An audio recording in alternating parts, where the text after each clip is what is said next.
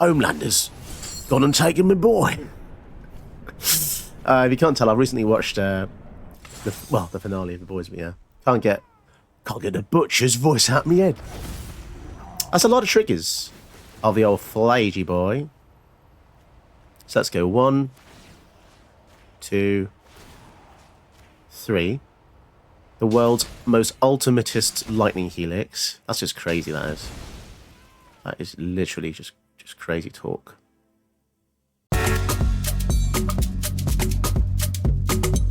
Hello, welcome to a brand new video. Today we're looking at Phlage, Titan of Fire's Fury, for the second time on the channel. The first time I did it, it was quite different because I had cards in the deck that stopped ETBs from happening.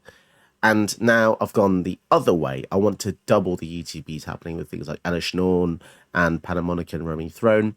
The reason for this was because I think this is potentially my favourite card from Modern Horizons 3.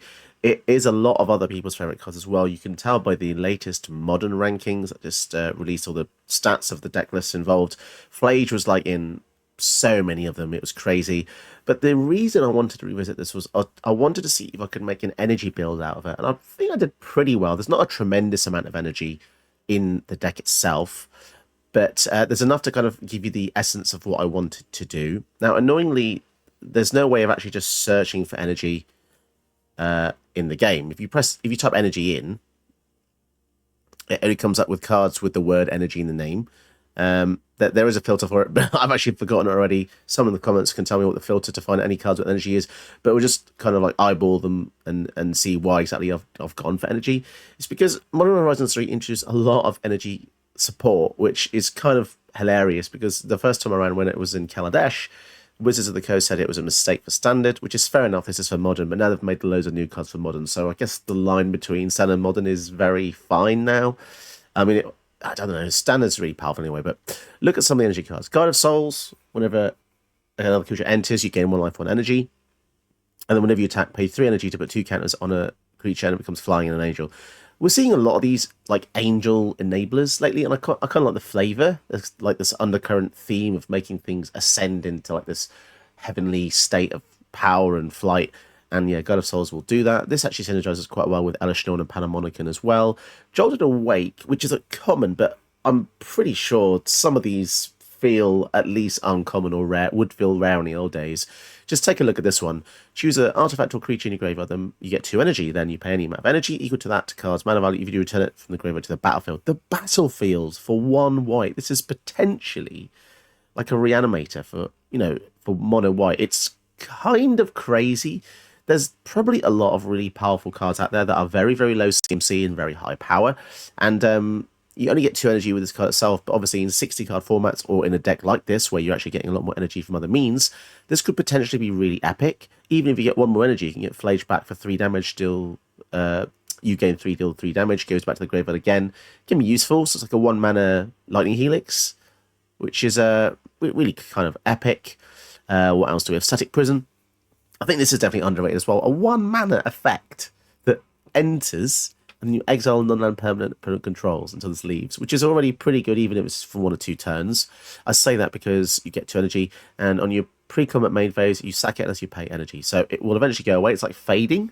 They've combined fading with energy here, which is pretty sweet. But, as turns are so fast anyway, this is going to deal a lot of damage very early on. So you can already see in the 1 drop here, there's already 3 really cool things. Amped Predator. A lot of people worry this is going to break the format of Modern, I think, because it is kind of scary and on the verge. Now, it doesn't look like it just from a glance, but let's take a look and see exactly how it's abusable. So when it enters, you pay 2 energy. Sorry, you get 2 energy. Then if you cast it from your hand, exile the cards from the top of your library into exile another card.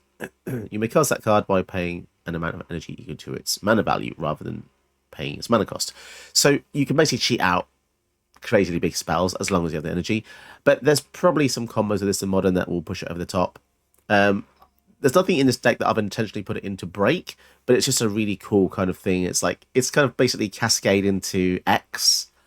But yeah, we'll see how that goes. Artwork though is phenomenal for that one.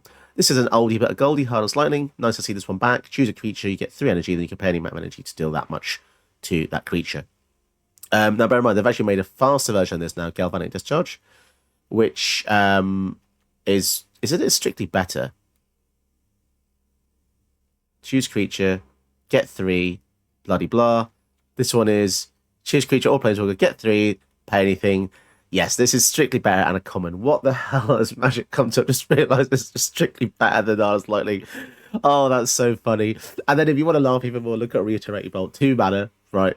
Pay 3 to replicate it, so copy the spell, and it deals 3 damage to creature or planeswalker. So for 2 mana, it's a bad lightning bolt, but for 2 mana, 2 energy, it's 2 lightning bolts.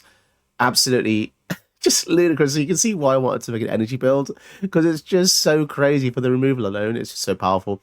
Unsealed Ambient, this one's a bit, when it enters, you get 2 energy. Cast a spell from anyone other than your hand, and deals 1 damage to each opponent. So this is nice because it'll work from Command Zone and Graveyard, which is where Phlage comes from. And tap, pay 2, exile top card. You may play that until you exile another card. Yeah, that's fine. Conduit Goblin, 2 mana, enters, get 2. On your combat, pay energy. If you do, target creature gets +1/+0 haste. That's fine. It's just a 2 mana haste enabler. It's not too bad. I kind of just want to go over the stuff we didn't go over in the last deck tech. But needless to say, Alt of Dementia, just a quickly one here. If someone goes to target your Phlage, especially with an exile effect, you sacrifice it, then you mill 6, your own deck 6, and then your next turn you can cast them from graveyard again. Because, funnily enough, it says exile 5 other cards from your graveyard to escape it. But Alt of Dementia is absolutely auto-included in these decks. If you don't include it, then you're bonkers. Cell Transformer, Arcane Signet that uses energy. Fair enough. Pardon me. What else do we have? Phyrexian Ironworks, 3 mana. Whenever you attack, get energy. Pay 3 energy, get a 3/3. I actually like this a lot. This seems pretty nice, also considering how many energy makers we already have in the deck. Bear in mind, I'm not using all of them because some of them are pretty slow. I wouldn't say any of the energy making or using cards are terrible, but yeah, some of them are 4 or 5 mana, which is a little bit too much. Wheel of Potential, this is the one that was written with a mistake. I'll let you figure out how it was broken, but it hurts my head when I'm trying to think about it. Basically, you get 3 energy, then you can pay X energy. Each player exiles their hand and draws X. If X is 7 or more, you may play cards you own as exile. Sorry, this is hurting my head. If X is 7 or more, you may play cards you own in. Oh my god, you may play cards you own exiled this way until end of turn. What a horrendously written card in so many different ways. Oh, just disgusting. Aether Sphere Harvester.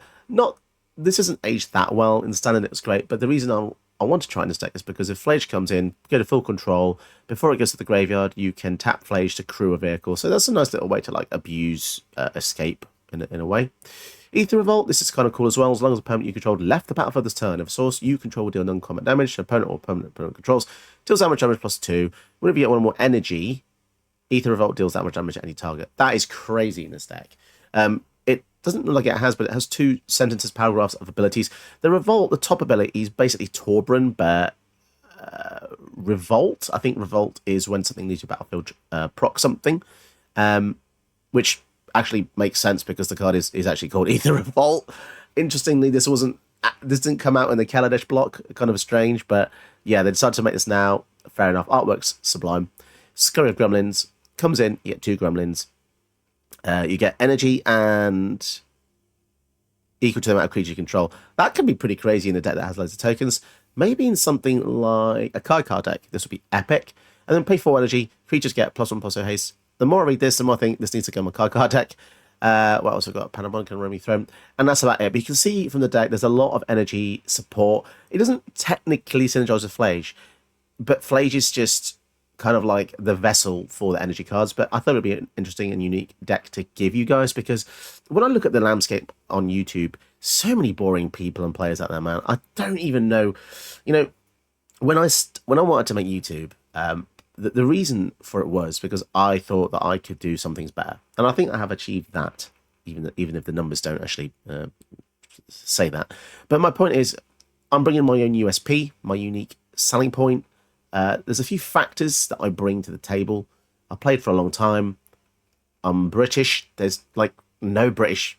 There's barely any big British YouTubers out there apart from Pleasant Kenobi, and I don't really know what that is. It's really sad. But Pleasant Kenobi is kind of like the only one I can really think of, and that's kind of it. That was kind of like where I wanted to reach the level of. If you don't know him, he's pretty funny. He does Warhammer and Magic as well, weirdly enough. But yeah, and also I just bring thematic decks to the table where a lot of other people kind of just then make a deck, and it's not really that different. And then it's like it's difficult, right? Because it's like opening a restaurant up to a McDonald's. It's hard to compete, and I am that small restaurant when you scale it up to like LVD TGB. But I still think I make a bit more weirder, different decks that you probably might not see. I think this is definitely one of them. Energy Phlage. Again, it's not like super intense or anything, but yeah, I think it's really cool. There is a fluidity to it that's inexplicable because some things work together sometimes without necessarily saying it on paper. And it's basically what I'm trying to say is it's greater than the sum of its parts. And I really enjoyed using this deck. Phlage is just really good. You can see why it's so expensive in paper. And I was so lucky to get one in paper before it spiked. But if you do like to see these weird deck lists, tell me below. Maybe you've got some unique ideas you want to share with me. Or maybe, you know, if you want to get your own videos out there into the open and share it with the world, become a patron or donate. And then I can make the video for you, get your name out there. And then I can show people your deck list and see how you know, show people some interesting new decks that we don't normally always see. But let's get into the games. This is super fun, really enjoyable, and I really love this one. Huh. What is it, Atakan? Hey Snake, have you thought about getting some more subs and some views? Yeah, we could do some new subs. How are they gonna do that? Yeah, you can just do that below. Go ahead and click like and subscribe below. Alright, let's try this out. There seems to be a weird thing with Nissa versus Phlage. Some kind of mirror match thing going on here. Faced her a couple of times today. I mean, even when you face something 2 times in one day, I find that is quite a lot. Just given how many commanders there actually are, you know what I'm saying? To face the same commander twice, just think about how engineered that actually is, you know. It's like you walk into town and you're bumping into your friend twice in a row. It's a lot, right? Replicate. Upgrade. It's unlikely that a mono green deck would use artifacts, but we'll see. I'm probably going to eat my words now. They're probably going to play Great Henge, and now we're going to be a Braidless. A Braidless. Verdant Catacombs. Oh, you know someone's serious when they're playing fetches in a mono. They mean business, guys. They mean business. Here comes Phlage. Phlage. Now, what's going to happen here? Are they going to give it hexproof or some weird thing? A green player not playing something on turn 3. We're going to create food. Okay. Leave him in the yard for now. What was the purpose of that then? Who knows? I wonder if we'll ever get a card with Sentinel versus Green. Green's pretty heavy on the creatures, I have to say. Explore, okay. Does that yield? Does that yield? No, it doesn't. Gremlins or Sulfim? Let's go for Sulfim. Sulfim's a nice boost.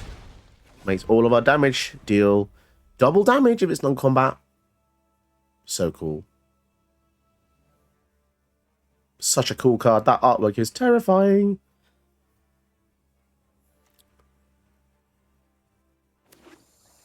It's interesting that it says double when Torbran says +2 damage for red spells. But I guess Torbran is any red thing rather than this is non-combat. Yeah, makes sense.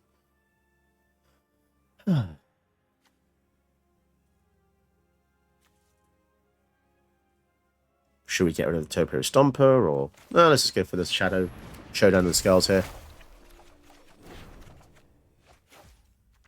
On a Holy Heat, that's double damage, that'll be enough to kill the Topiary Stomper.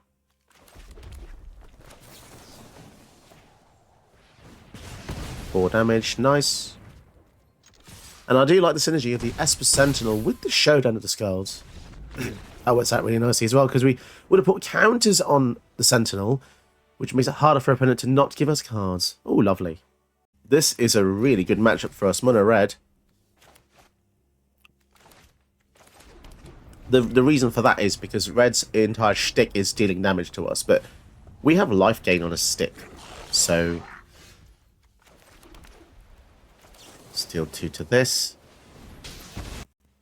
If we can continuously kill the creatures and then gain some life along the way, we should be perfectly fine here. Gain Signet.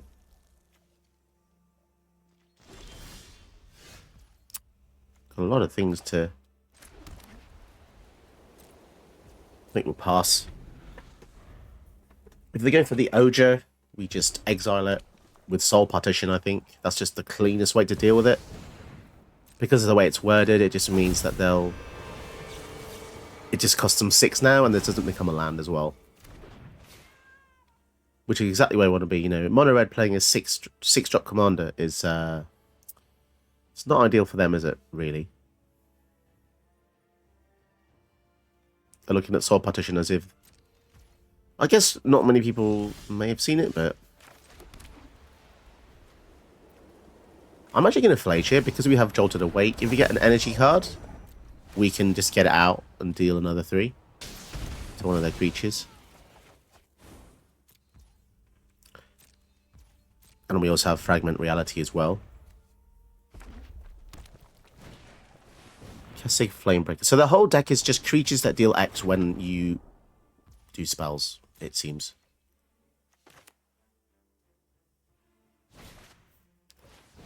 Warlord's Fury. Oh, this is striking me as some kind of Storm build as well. Makes sense, given Ojo Axonil makes their spells deal 4 if they deal anything less. Lightning Helix. Nice. We're getting very lucky with these spells. Let's just strangle this now. It's basically a baby Gutter Snipe.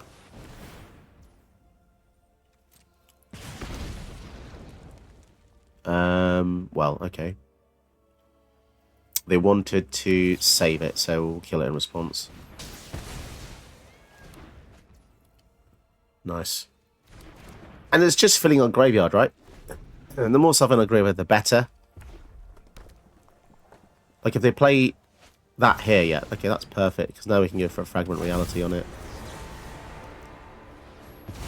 Nice. Just keep the removal train up. Yep, it's a removal format, guys. It's a removal format. Hellish Norn. Wow, okay. Let's start with that then. I'll be surprised if they can deal 7 damage here.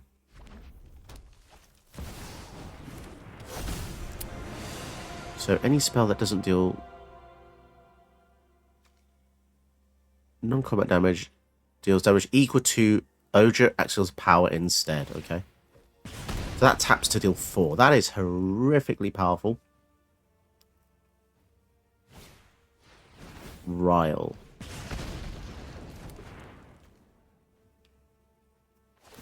Interesting. Okay, that was interesting.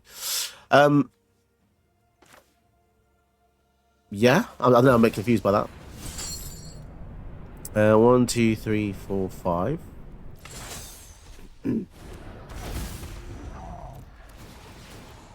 So yeah, let's just take this out, because I've died to this before, and it's so powerful. You know, in a stormy build, it does so much damage.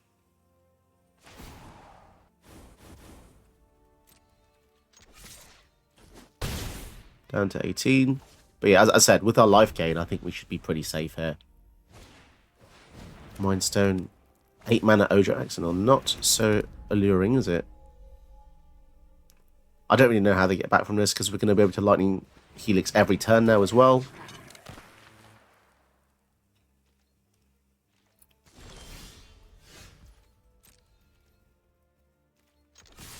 Swing in.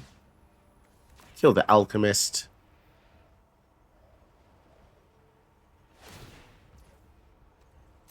Nice. And now they're going to take 10 unless they block. Which they probably will, right? Surely. No blocks. Question is, do I use the Wheel of Potential? Each player might exile their hand and draw X. If X is 7 or more, you may play cards you own. That's so risky. I probably won't be using this unless I'm actually absolutely desperate. Draw X. I guess it doesn't have to be maximum, but... So now the Firebrand deals 4 when you sacrifice it. Okay. So that must mean they have another spell in their hand. But that only deals 4. That doesn't make any sense whatsoever. Huh? But yeah, that is actually pretty cool synergy, though. If you have... that's actually really inspired me to make one of these decks now. So it basically makes every red spell deal 4 damage when this is out. So if you play a spell like Tectonic Hazard, it's 1 red to deal 4 damage to each creature. That is so good. That is really good. And the first time you do it, it's only 5 mana. Wow, you might be seeing me making this eventually. Okay. But yeah, we really did deal with them with the life gain. But even so, that was I guess that was just like a Hail Mary, wasn't it? Oh well. Oh wow, this is such a good starting hand here.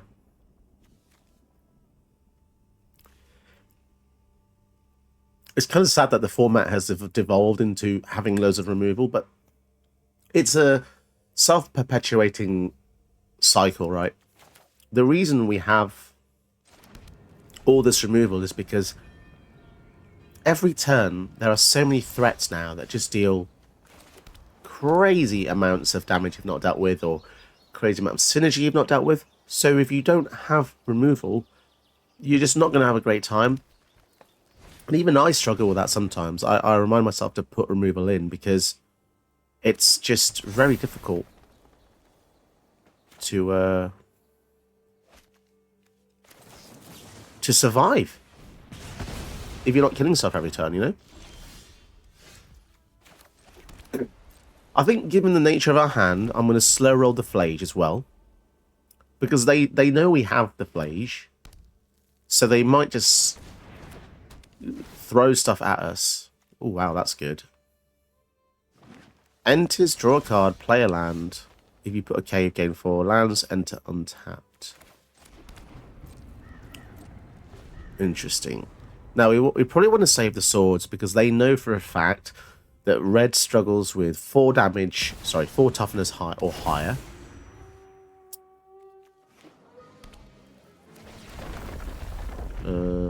So they can sacrifice that land. And then we'll try and deal with her now because she's pretty annoying.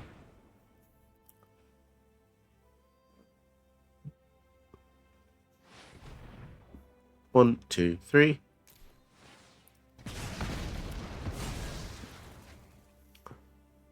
Ordinarily, I'd wait a bit longer to do that, but she gets so much mana.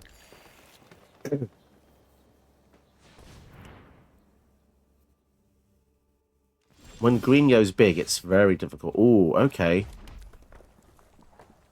Well, next turn we have an option of 2 wipes. We'll see how that goes. Big, I don't know what's better, big green or big red. It's hard to say. Scoot Swarm on top. Oh, no. Oh, no, that's not good.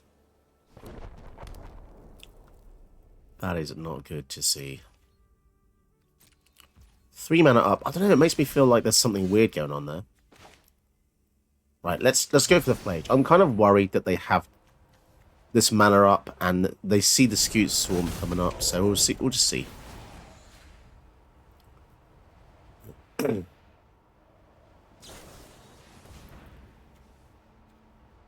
Snakeskin Veil. No. Naughty.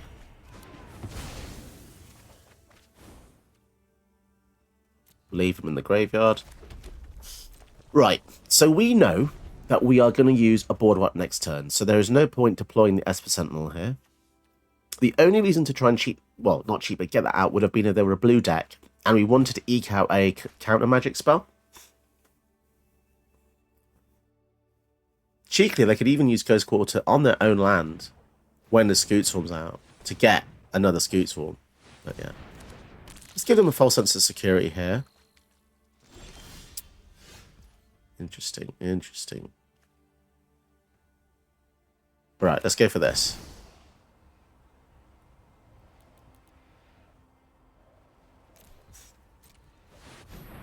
And just in case I have a way to increase the toughness, 4 damage.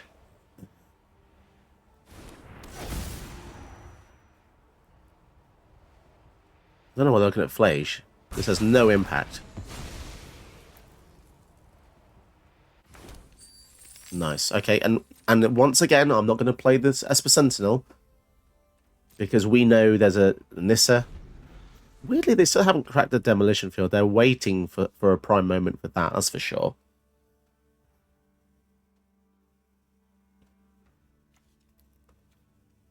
You have to be kind of patient against green. Tangled Florahedron. Okay. Defense of the Heart. So they don't want us to have creatures, that's for sure. There's a Silex. Well, that certainly does the job. Yeah.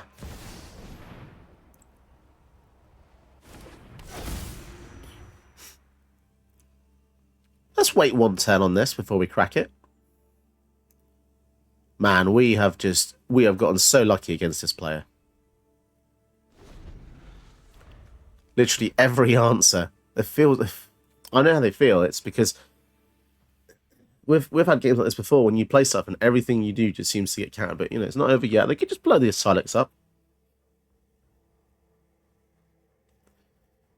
But it just so happens that we have the optimum number of lands out because Urza's Silex sacks down to 6. Oh no, they have the removal for it. No, we should have just cracked it. Oh, that sucks. Okay. So as I was saying...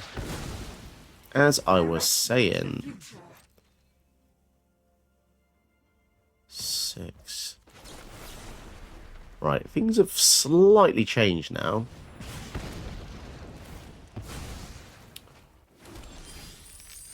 Although now we have Xaxis to kill it without going for Chandra. That is preferable.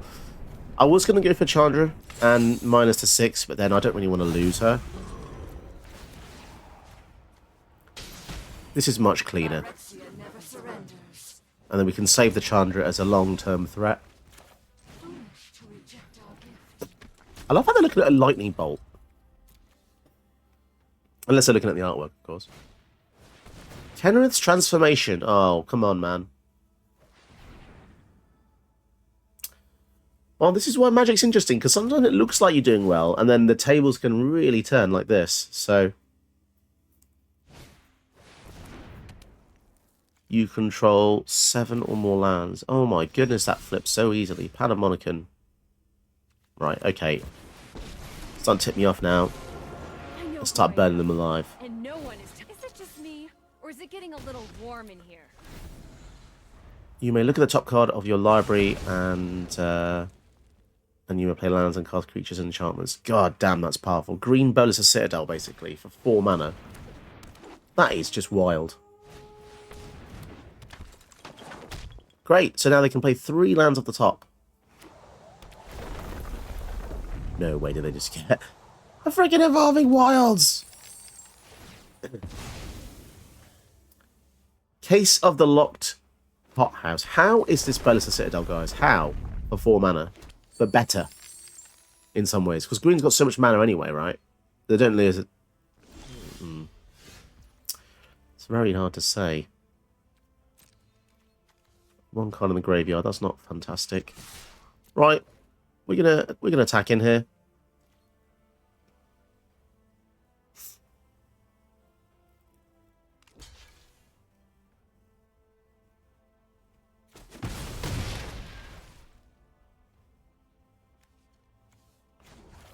Let's wipe the field, please. I've always wanted to make a really big fireball. Decline that. Treasure. Man, we need to really hit something good here. Or maybe we should have actually not done that with Phlage. In this case, it probably would have been better if we had just not put Phlage in the graveyard. Yeah, that was a mistake, really. Because we've got nothing else to do. Oh, no. Oh, no. This has gone horribly wrong now.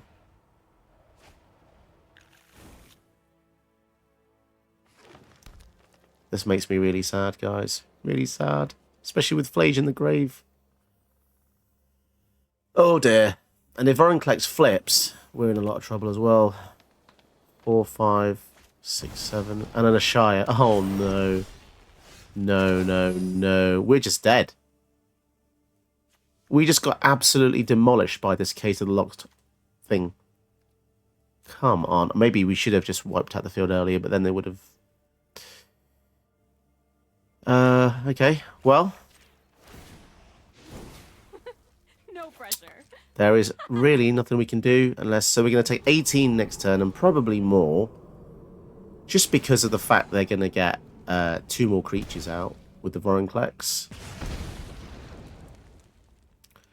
So we get 1 more draw out of this. Even Nissa, that's interesting. Do they even need Nissa at this point?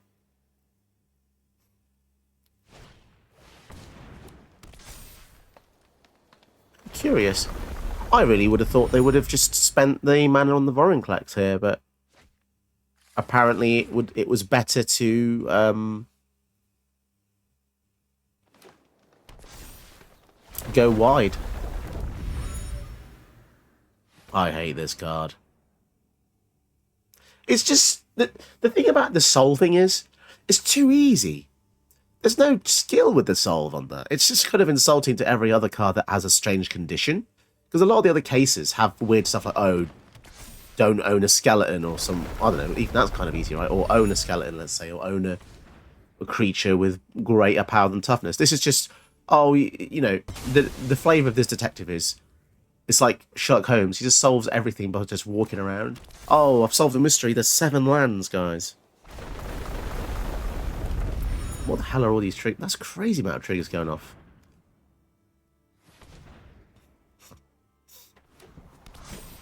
And they're still doing stuff. They're still doing stuff. Just freaking kill me. Somehow.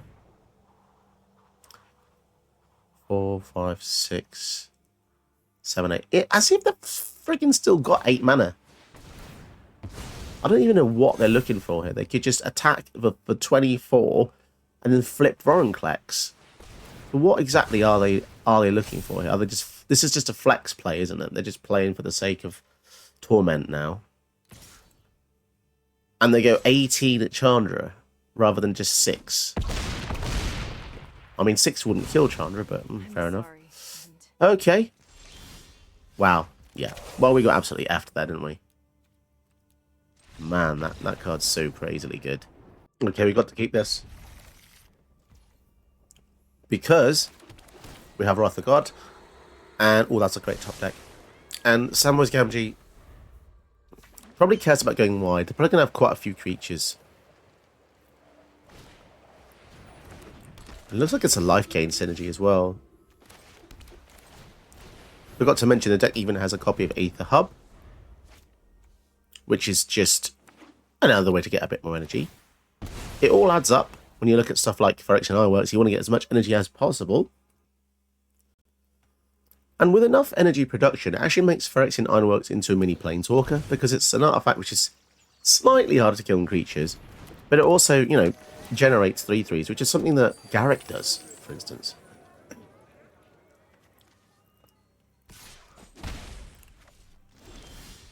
So, we've got a couple of options here. We could just wipe the field, or we could go for Phlage and just slow down the mana production.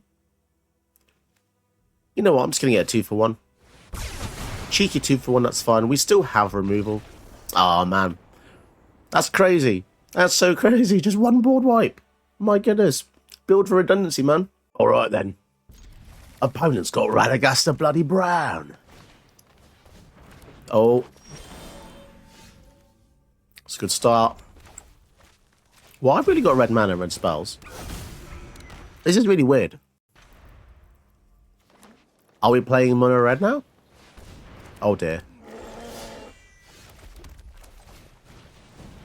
2 mana 4/4. That's tough. Wow. We just rammed into Cold Steel Heart.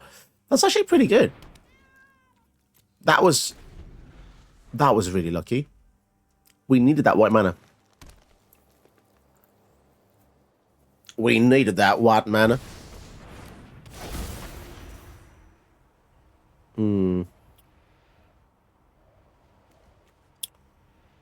Interesting. These toughness values here, I do not appreciate these toughness values. Oh my god, I've got a Vorinclex coming up. Well, I guess we're gonna start. We'll have to really cross our fingers here and hope that this Panamonican survives, so we can deal 6 and kill something. My goodness, I've had an aggressive start.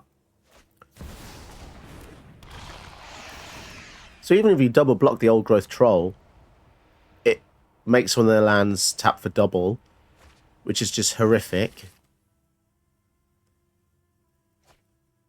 Oh my goodness, so many things coming in. I think we just take the 4, because we're going to gain 6 next turn.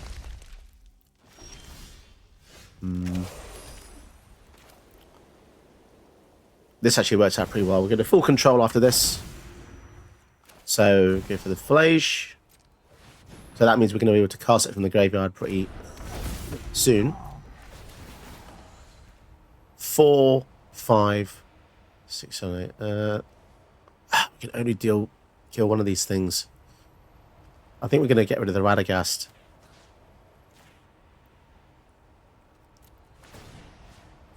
Because it just gives them so much value. And then we're going to use the Altar of Dementia to... My goodness, so many clicks when you go to full control. Decline, you have to be pretty careful. And then Resolve. Additional goes in graveyard. Sad times. So we are going to take a bit of a beat on the way back, but...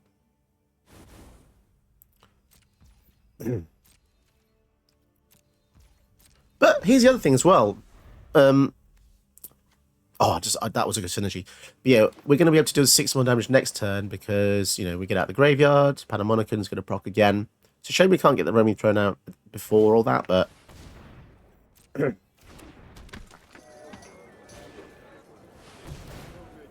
Oh, gross. So now it might be better to start killing some other things.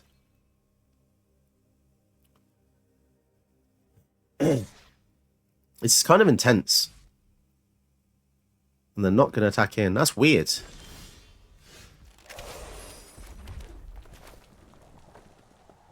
Okay. Getting a Phlage. 1, 2, 3, 4, 5. 1 Sidecaster. Phlage in the graveyard. And we're actually going to go for 3 here. 3 here as well. Just want to clear the field down a little bit. Which is... It's a bit weird that they didn't attack there. Kind of curious about that. Oh, shizzle. Oh no, that's not good. So they're going to be at 6. That's going to be our next target to kill. Oh, it can't now. It's a 7/7. Oh dear. And we can synergize with double Phlage trigger and the lightning helix, maybe.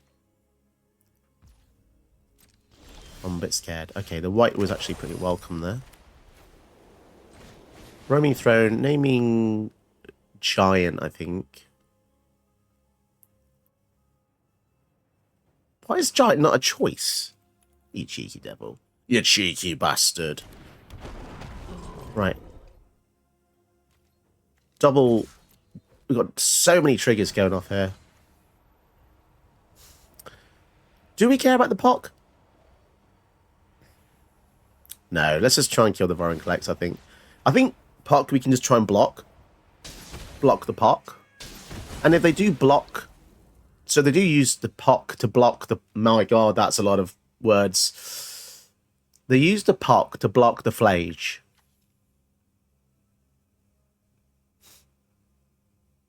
Just do it. Do it. No? Oh, you cheeky. You cheeky little devil. Oh, we've got such a nice synergy here. Like, every turn, we can basically sacrifice the Phlage to ourselves. And then cast them every turn. If we had haste, it would be the end for them, I think. I mean, it might still... I feel like it's going to be in for us. If they get last march at the Ents or something like that, we're just in trouble. There will be trouble ahead. Now the question is it better to... See, because we have double triggers... If a triggered ability of another creature you control triggers another time. So actually it is beneficial to get a Phlage from the graveyard because it will be able to do 3 line. Oh no, Ulamog. Yeah, we're in a hell of a lot of trouble now. 4, 5, 6, 7, 8, 9. Yeah, well, luckily we've got the Altar of Dementia. Oh no, what are they looking at here? This was looking so good until they're looking at all of our permanents now. I'm starting to panic. I'm scared, guys. I'm scared. I'm scared.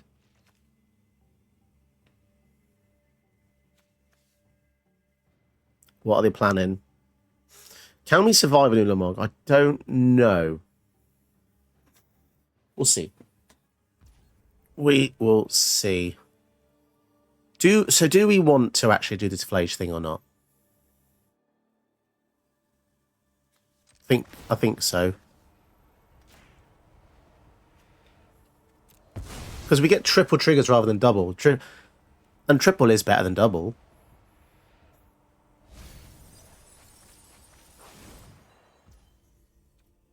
Right. Right. Homelanders. Gone and taken my boy. If you can't tell, I've recently watched the finale of The Boys, but yeah. Can't get the butcher's voice out of my head. That's a lot of triggers of the old Phlagey boy.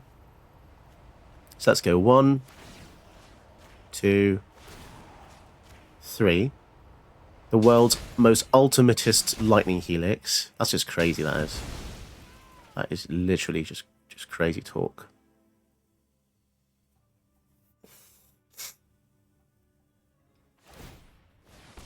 And they're going to create a food. 5, 6, 7, 8, 9. I mean, they've got 2 Castle Gambricks. So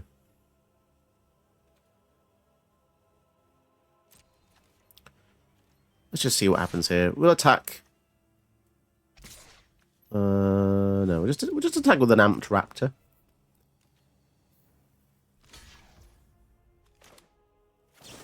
I mean, we're going to give them the mana, but they already have the mana anyway. So, does not make a difference. First strike's pretty good with that, actually. It means we don't lose the Raptor. Okay. They're at 19. There was an argument to be made that it probably would have been better to just hit them with the Phlage there. Maybe that was a mistake, but they do have the goose gaining food. So getting rid of the stuff on the field is probably better for long term. 6, 7, 8, yeah. So let's see what Ulamog gets here. If any of them target Phlage, then, well, obviously we're going to use Altar of Dementia either way. We'll see what they choose.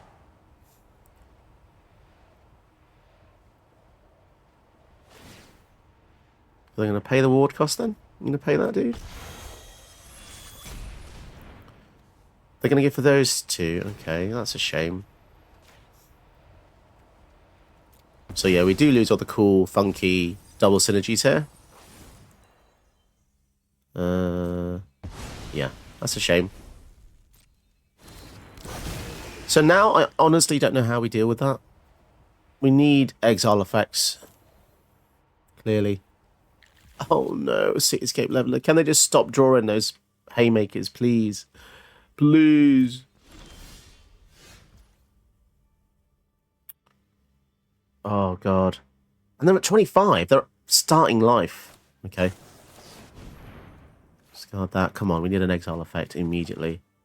Oh, that's not it, is it?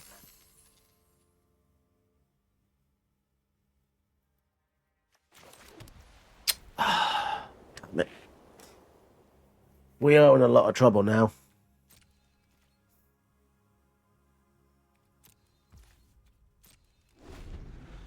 Yeah, I feel like we've reached a point where you know what, I thought this deck was gonna be pretty good, and it was last time, but now I'm really struggling. Really struggling to just gain a foothold. I don't know what it is. Is it because these decks are all copy and paste? To be honest, this green deck I'm looking at here, every single card just feels and looks like every other mono green deck I've ever faced.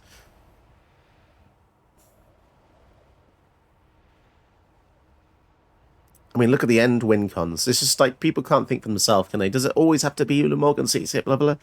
No, it doesn't, but it is what everyone uses, you know. It's scary how Creative Behemoth isn't even on the list anymore.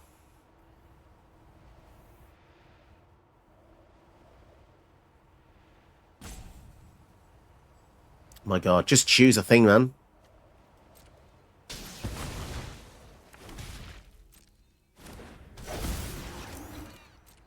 And then Radagast Brown just giving them something back each turn. Yeah, probably just going to concede next turn. If I don't find a removal for the Ulamog, then I'm doomed. Oh, and a Titan of Industry as well. 1, 2, 3, 4, 5. Oh, and of course, because I got the double Castle Crown Break from the POC, no less. Shield and Destroy. Nice. That's really, really great of you. Overworld Hydra. Okay, you can see, you can hear by my voice that the demoralization has hit in, but you know what? If anyone was playing this match and wasn't demoralized, then you're probably a bit psychopathic and a bit dead inside. I mean, I am that as well, but I'm just more sad than any of that. So, any exile effects in here? We lost Soul Partition, which is... that wouldn't have really helped. Just Soul Partition. Okay, fine. We can take 10. The life actually isn't too bad. It's our deck. That's the main issue I'm having here.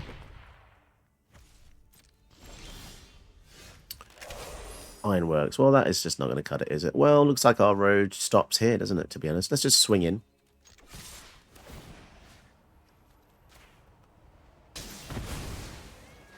Why has Radagast got that shield counter? Oh. Any creature. Okay.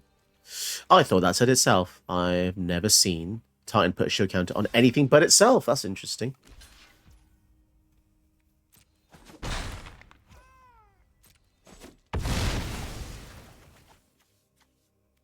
Decline. Let's do this.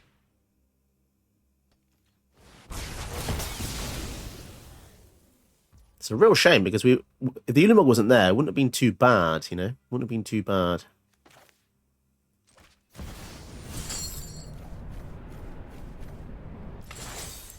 Because, like, clearing their field, it wasn't, yeah, as I was saying, it's not too taxing. It's just, when someone has an Ulamog, it feels a bit rough.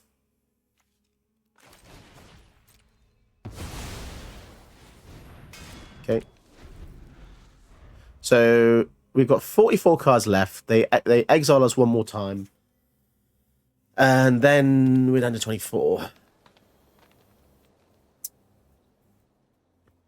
But then they can just get the leveler out of the graveyard. Yeah, I'm just going to concede. It's too much. Ulamog coming in, we can't stop. The city skip leveler killing a number of other things. Yeah, too much.